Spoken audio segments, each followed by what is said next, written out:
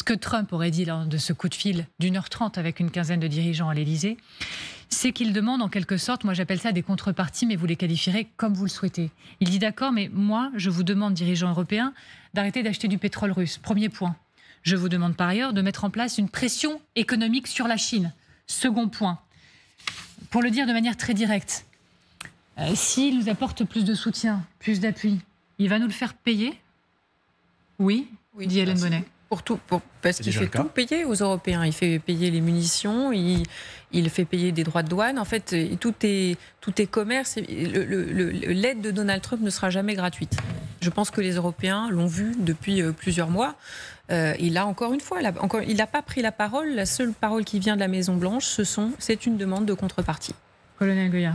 Oui, mais ce que je disais tout à l'heure, même le soutien éventuel à cette force de sécurité, avec des moyens qui sont déjà présents, mais ça a un coût de fonctionnement, on nous le fait déjà payer. Ce qui, je suis en train de chercher des exemples dans l'histoire, j'en trouve pas. Donc on est dans une approche, oui, il faudra payer déjà, voilà, on peut payer tout. Mais c'est ce qui est absolument hallucinant dans cette... Si Trump a vraiment dit aux Européens acheter du pétrole russe, il a raison de le dire d'ailleurs. Arrêtez d'acheter du pétrole russe. Mais Trump est en train... les États-Unis, la société pétrolière ExxonMobil, là on l'a appris quelques jours, envisage de retourner en Russie. Trump n'arrête pas de dire qu'il veut parler d'éventuels deals de business avec les États-Unis. Et en même temps, il dit aux Européens, arrêtez d'acheter du pétrole russe. Et en plus, par rapport à la Chine, 2 jours après Anchorage, 2 jours après ces 10 minutes seul dans la limousine avec Vladimir Poutine, Trump annonce que finalement, les droits de douane qu'il avait menacé de mettre sur la Chine, eh bien, il va encore retarder ça de 90 jours. Il a mis des droits de douane sur l'Inde parce qu'elle continue à importer du pétrole russe. Mais la Chine, à qui l'Inde maintenant exporte son pétrole russe raffiné, là, on la laisse tranquille pour le moment. Donc, on sent vraiment, excusez-moi, mais que Trump est en train de se foutre de notre gueule. Oui, mais est-ce qu'il ne nous met pas devant nos propres hypocrisies aussi ? Arrêtez d'acheter du pétrole russe. Oui, il faut nombre d'entre vous l'ont dit des milliers de fois sur ce plateau. Guillaume Roquette. Oui, il me semble que c'est plutôt positif, comme Samantha le rappelait. Bon, le moins qu'on puisse dire, mais ça tombe bien, c'est pour ça qu'on est autour de ce plateau, c'est qu'il n'est pas très lisible, Donald Trump. Moi, je pense qu'il a une forme de logique. À mon avis, sur son bureau à la Maison-Blanche, il doit avoir une feuille, puis il doit y avoir la liste qu'est-ce que je dis de gentil aux Ukrainiens, qu'est-ce que je dis de gentil aux Russes, et puis il équilibre. Et quand il part un peu trop dans l'autre sens, il part ensuite pour rééquilibrer, entre guillemets. Parce qu'il y a bien sûr ces éléments qui sont positifs, on l'a dit, arrêter d'acheter du pétrole russe, mais qu'est-ce qu'il y a eu comme engagement dans ce fameux entretien dans la limousine avec Poutine pour la paix? Est-ce qu'il a laissé les Russes, est-ce qu'il accepterait que les Russes gardent un certain nombre de territoires qu'ils occupent en Ukraine? Cela, on ne le sait pas. Je pense que le constat fondamental de Trump, il n'a pas changé, c'est il faudrait que cette guerre s'arrête. Et ensuite, en fonction des événements, il semble donner des gages à l'un ou l'autre camp pour essayer de faire accélérer ce but. Mais je pense que le point final, le point d'aboutissement pour Trump, c'est la fin de la guerre. C'est pas forcément que l'Ukraine obtienne satisfaction. Il va nous utiliser au passage pour mettre la pression sur la Chine, donc on l'a bien compris. N'ayant pas le courage de le faire lui-même, il va demander à l'Europe de mettre la pression sur la Chine. Et qu'est-ce qu'il va faire si on ne le fait pas? Il va augmenter les droits de douane sur l'Europe. Enfin, c'est déjà fait. Oui, mais encore. 15%. Est-ce qu'il pourrait aller encore plus loin? C'est illogique, il n'a pas de cohérence. Effectivement, je ne pense même pas qu'il se fout de nous. Je pense qu'il est incohérent et qu'il ne sait pas lui-même ce qu'il fait. Il n'y a pas de logique d'ensemble. Donc, par exemple, quand il dit encore ces dernières heures, attention, si on n'est pas content, il se passera quelque chose. Tiens, d'ailleurs, je crois qu'on peut l'écouter. On va le faire. Allez, c'est parti. Le président Poutine connaît ma position et il prendra une décision dans un sens ou dans l'autre. Selon sa décision, nous en serons satisfaits ou mécontents. Et si nous ne sommes pas contents, il se passera quelque chose. Il y a des journalistes américains qui lui ont dit « Mais pourquoi vous passez pas la deuxième ?» en gros. Et là, il s'est un peu énervé. Il dit « Non, mais moi, je mets de la pression sur Moscou. » Il rappelle qu'il a sanctionné l'Inde avec plus de droits de douane parce qu'il estime que l'Inde aide la Russie dans sa guerre en Ukraine. Et il promet même l'éventualité d'une phase 3. Mais là, je vois que ça vous fait déjà lever les yeux au alors, ciel. ces sanctions sur l'Inde, c'est vraiment un sujet très intéressant. Il y a beaucoup d'agences de presse très, très réputées, comme Reuters, le journal Fortune et d'autres qui ont enquêté justement sur les relations entre Trump et l'Inde, et Trump et le Pakistan. Il se trouve que le fils de Donald Trump a signé il n'y a pas longtemps un accord très important de développement de crypto-monnaie qui serait lié à l'exploitation de terres rares du Pakistan. Et comme par hasard, c'est juste après ça que Donald Trump a mis ses droits de douane sur l'Inde, que c'est beaucoup plus en rapport avec les intérêts financiers de Trump, sa relation personnelle avec Modi qui est en train de se dégrader. Et qu'est-ce qu'il a fait? Il a mis des sanctions secondaires sur l'Inde. Très bien, extrêmement bonne idée. Mais pas la Chine. Donc que fait l'Inde aujourd'hui? Eh bien, l'Inde réexporte tout le pétrole raffiné russe vers la Chine et continue à se remettre plein les poches. Et on voit que Modi et Xi se sont rapprochés. Donc c'est une erreur stratégique fondamentale qu'il a faite, quelles que soient les raisons pour lesquelles il l'a faite. Contre-productif. Oui, très vite. C'est un point clé pour comprendre ce que fait Trump, c'est il a toujours en tête éventuellement ses intérêts personnels et sinon les intérêts de son pays. Et quand il dit « faudrait que les Européens arrêtent d'acheter du pétrole russe », le sous-titre c'est « il ferait mieux d'acheter le gaz qui vient des États-Unis ». Et d'ailleurs c'est de plus en plus le cas puisqu'il y a eu des engagements des Européens en ce sens. Alors, pendant ce temps-là, comme on dit, à Vladivostok, Vladimir Poutine, lui, s'est rendu à un forum économique. Il a affiché un large sourire. Que faire face à cette Russie inflexible? Quoi qu'il en soit, quoi qu'il se passe à l'Élysée aujourd'hui en face de nous, elle est même bien verbalisée, encore une fois, ces dernières heures, cette inflexibilité. Écoutez Poutine hier, qui parle du terrain de la guerre. Tous les groupements des forces armées russes sont à l'offensive dans toutes les directions.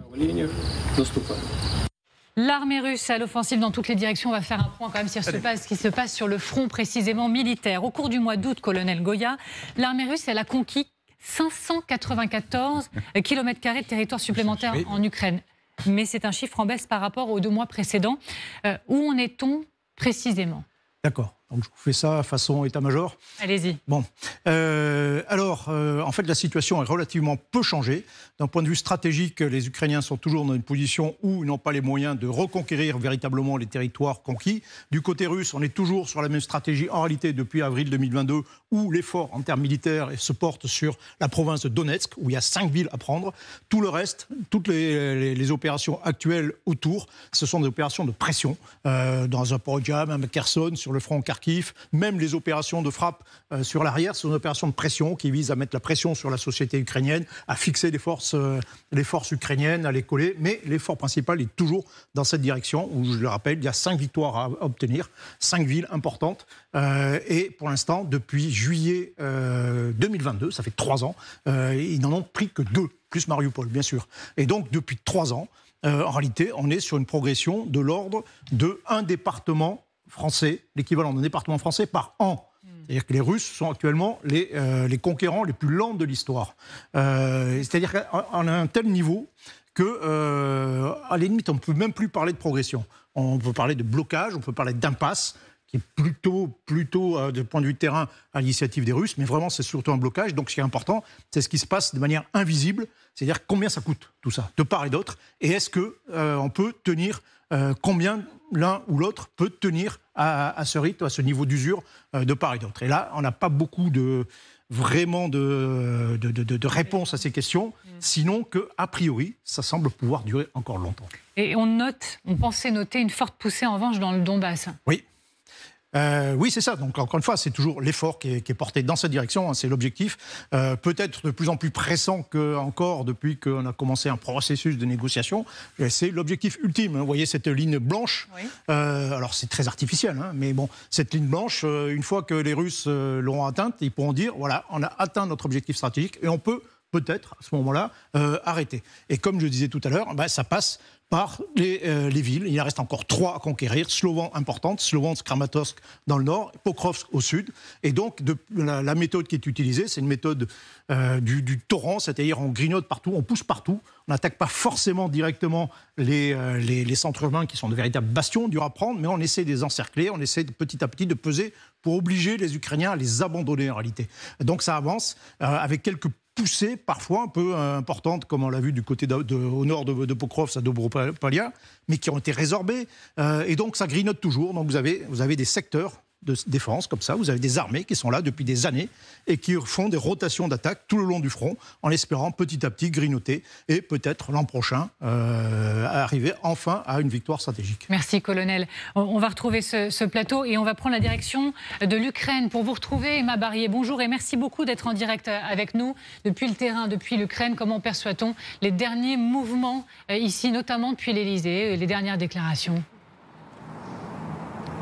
Bien, pour tout vous dire, oui, les premières réactions sont sorties, notamment sur les réseaux sociaux, alors que cela concerne les garanties de sécurité de manière générale ou le fait que cette fois 26 pays sont prêts à déployer des troupes sur le sol. Eh bien, sans surprise, les Ukrainiens sont toujours aussi, disons, désabusés, même parfois ironiques. Ils n'y croient pas. Cela ne va pas changer le cours des choses ici, et ce pour plusieurs raisons. Alors, déjà, ce qui revient souvent, il ne faut pas l'oublier, c'est qu'ici, eh bien, ils ont du mal, ils se méfient, ils ne font pas confiance aux garanties de sécurité qui viennent de l'Occident à cause de l'historique mémorandum de Budapest qui avait finalement échoué. L'autre raison, c'est qu'il n'oublie pas la réalité des choses et les possibilités avec Vladimir Poutine qui sont moindres, puisqu'il a dit dernièrement qu'il trouverait intolérable la présence de troupes étrangères sur le territoire ukrainien.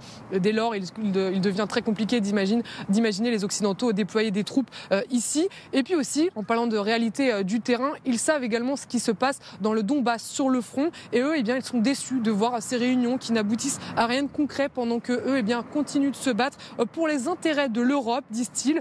Pour eux, le cessez-le-feu paraît bien loin et donc avant que des garanties de sécurité ne voient le jour, il va se passer beaucoup de temps. Je vous rappelle que des troupes russes continuent d'être amassées sur le front là-bas dans le Donbass et donc, eh bien, pour eux, la meilleure garantie de sécurité pour le moment, c'est celle-là, c'est la défense du front. Et pour cela, eux, ils ne demandent qu'une chose, c'est de renforcer l'armée ukrainienne, que ce soit par la production ou l'achat de drones grâce à l'Europe, plutôt que de continuer à espérer éternellement la fin éventuelle d'une guerre ici. Et puis enfin, pour vous donner aussi une idée de comment c'est reçu par la société ukrainienne, sachez qu'avant même que cette conférence de presse soit finie, juste avant, eh bien, la presse locale ici, elle ne parlait quasiment pas de ces réunions à Paris. Ici, l'actualité, c'est la guerre qui continue, je vous le disais, notamment dans le Donbass, mais aussi avec les frappes russes qui continuent de prendre pour cible le territoire ukrainien. Rien que cet après-midi, on a encore appris qu'il y a eu 2 morts dans la région de Tchernigiv lorsqu'une mission humanitaire était en reconnaissance de mines dans un champ. Et puis sachez aussi qu'à l'heure actuelle où nous nous parlons, il y a